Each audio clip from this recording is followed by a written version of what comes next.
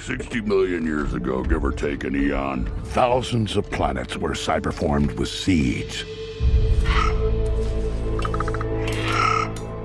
And I'd always thought of that only in the terms of Isaac. Yes. But now what's happening here is the angel of the Lord is talking to Hagar and repeating that promise. Yes, to her. To her, and saying, I will multiply your seed exceedingly, and it will not be numbered. We see the split in the promise right here. And as for Ishmael, I have heard you.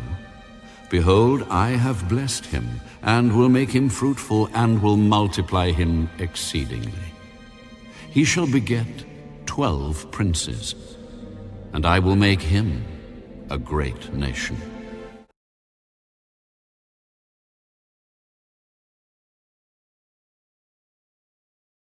The first point I would like to mention is that Prophet Muhammad was the cause of the fulfillment of the promise of a great nation to Ishmael. In Genesis chapter 17, verse number 18, Abraham says the following, And Abraham said to God, Oh, that Ishmael might live in thy presence. In verse 20, God replies with the following, As for Ishmael, I have heard you. In other words, I have accepted your prayer. Behold, I will bless him and make him fruitful and multiply him exceedingly. He shall father 12 princes, and I will make him into a great nation.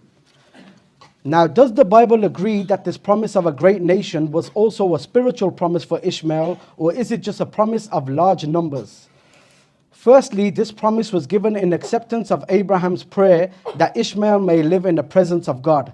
Moreover, in Genesis chapter 21, verse number 20, it says the following, God was with Ishmael, and he grew and developed, etc.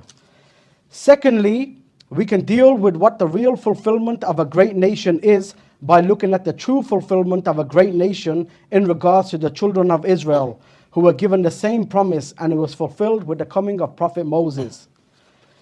Certain passages of the Bible seem to make it look like Israel was a great nation due to its numbers, yet other verses of the Bible refute this so-called fulfillment and instead make it clear that this promise was closely connected with the coming of Moses and the revelation of the Torah at Sinai.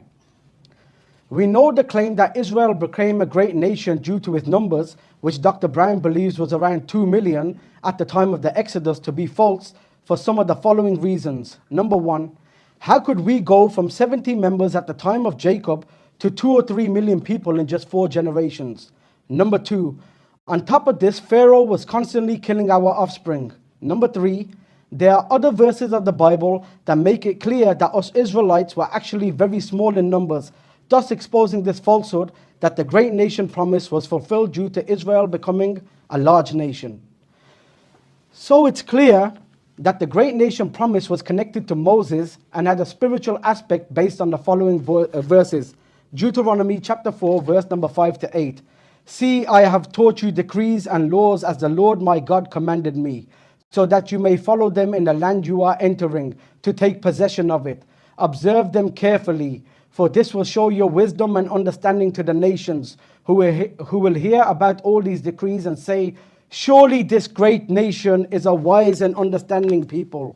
What other nation is so great as to have their gods near them, the way the Lord our God is near us whenever we pray to him? And what other nation is so great as to have such righteous decrees and laws as this body of laws I am setting before you today? So in what way did the children of Israel become a great nation?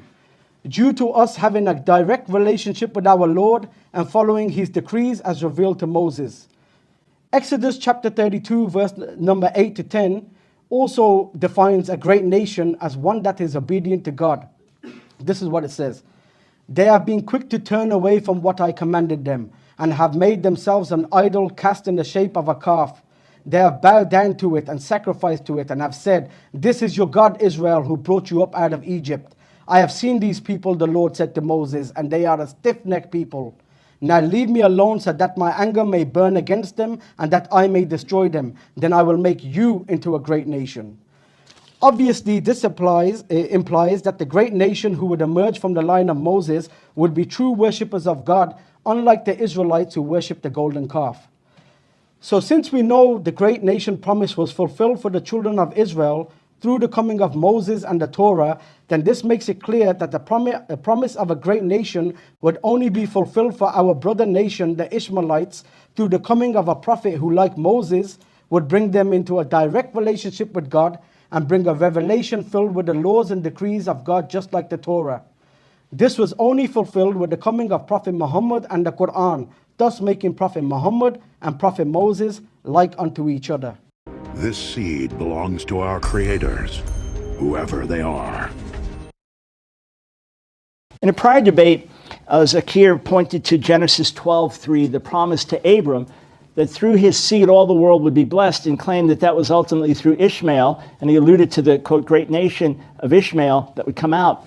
In point of fact, the Torah tells us that this is about Israel.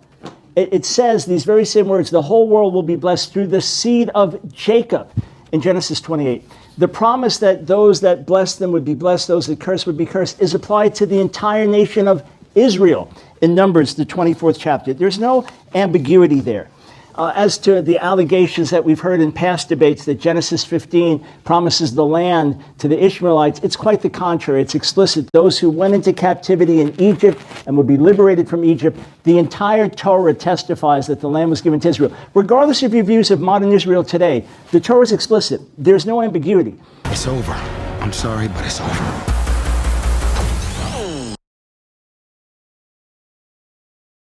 He speaks about Abraham's seed. Torah says about Israel, and the land was promised to Israel. Actually, to Abraham, it was mentioned in Genesis chapter 15 that your descendants will have the Nile to the Euphrates. How do we know that's not speaking about Israel? Because the book of Joshua says that all the lands that God promised them, they had received. And if Dr. Brown wants the actual text, I'll quote it in the next rebuttals. Moreover, in the Torah, God tells the Israelites that the land of Edom you lot cannot take, that's for Esau, and the land of Moab is for the Moabites.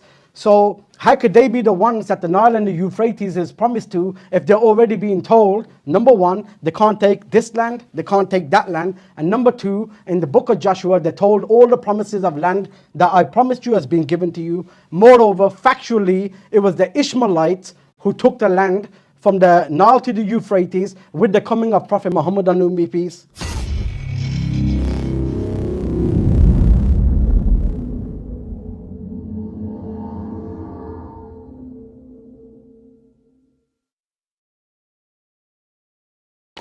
As for the promise of the land, the Torah is explicit in verse after verse after verse after verse after verse after verse that it is according to the promises made to Abraham, Isaac, and Jacob. Not Abraham, Ishmael, and others, but Abraham, Isaac, and Jacob. I will not get into the Islamic debate as to whether Muhammad in fact is a descendant of Ishmael. I'm not even going to get into that because I'm not debating Islam. We'll just stay with what Torah says. Read through it hundreds of times, thousands of times. It tells you who the land is given. And then when you get to Joshua and Judges, the general promises of giving them the land are fulfilled. But it says there was still more land to be taken. All throughout Israelite history, because Israel was not fully obedient, there was always still more land to be taken.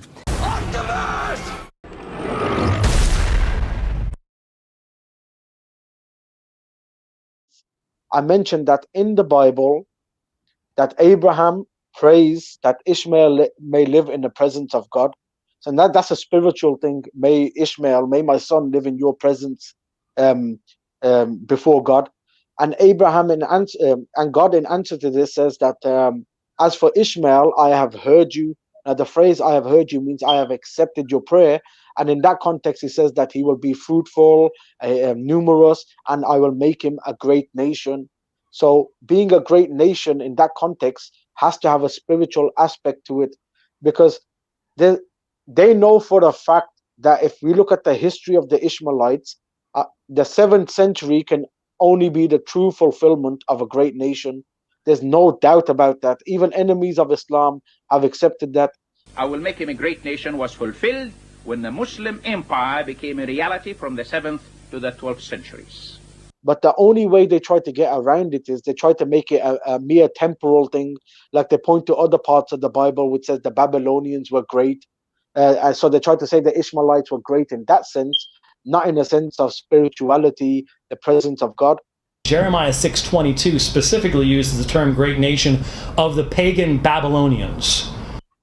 So I mentioned that this was in context of Abraham's prayer, but also we can get the true interpretation or the true fulfillment of this just by looking at the same example, but when it comes to the children of Israel, because they were also, Jacob was also promised as a great nation. The thing with the Bible is sometimes it gives prophecies, and then sometimes you get different Bible authors trying to give their own interpretation of the fulfillment.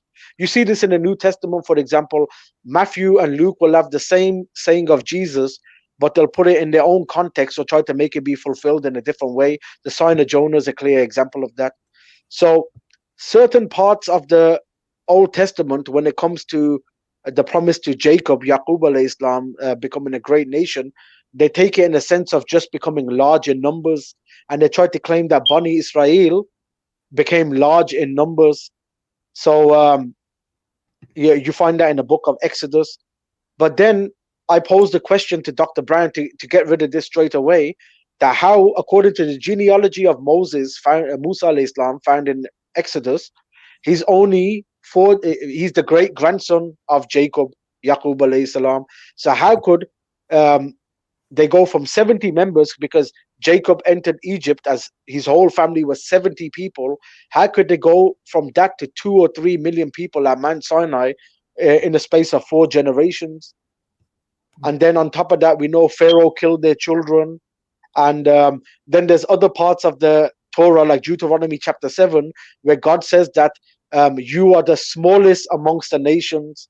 And in Exodus 23, God says to Israel that I'm going to let you go in the land, but I'm not going to let you take all the land straight away because you're so small that animals might overtake you. How could that be said to a nation of 2-3 million people? So obviously the other interpretation found in the Bible that is speaking about just large numbers is falsified by these other facts. So the same way, we see then that the true interpretation of a great nation for Jacob's line was the coming of Musa alayhi salam and the Torah, as Deuteronomy chapter 4 and Exodus chapter 32 make clear. So by showing that that's the true interpretation when it came to Israel, and it's the same promise given to Ishmael, then we just have to look in history when the same thing that Musa alayhi salam did for Bani Israel, when did that happen for the Ishmaelites? And can somebody else answer when we feel that actually happened in history for the Arabs? Yeah, of course, this happens with advent of Prophet Muhammad Islam, and of course the Khulafa Rashidin afterwards. So obviously, then that means that if the Prophet and the Muslims and Islam was the fulfillment of this, then isn't this proof that the Prophet is foretold in the Bible? Because it was him who was the cause of this being fulfilled. You may lose your faith in us, but never in yourselves. From here, the fight will be your own.